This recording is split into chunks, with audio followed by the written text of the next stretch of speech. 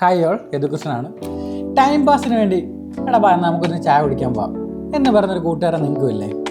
എന്നാൽ ഇന്ന് ആ കൂട്ടുകാരനോട് നമുക്കൊരു ചായക്കട തുടങ്ങിയാലോ എന്ന് പറഞ്ഞാലോ എങ്ങനെ ഉണ്ടായിരിക്കും? ഏറ്റവും സിമ്പിളായിട്ട് ഏറ്റവും കുറഞ്ഞ മുതൽ മുടക്കിൽ നിങ്ങൾക്ക് ഈസി ആയിട്ട് ഒരു ചായക്കട സ്റ്റാർട്ട് ചെയ്യാം.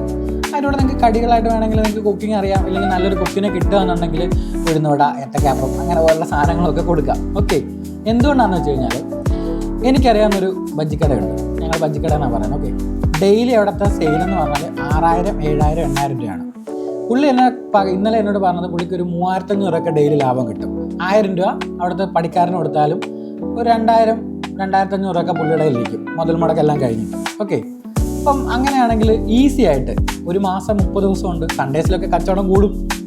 എങ്ങനെ പോയാലും ഒരു 60,000, 70,000 രൂപ ആരുടെ പോക്കറ്റ് ഇരിക്കും, നിങ്ങളുടെ പോക്കറ്റ് ഇരിക്കും. അപ്പോൾ നമുക്കൊരു ചായ കുടിക്കാൻ പോയാലോ?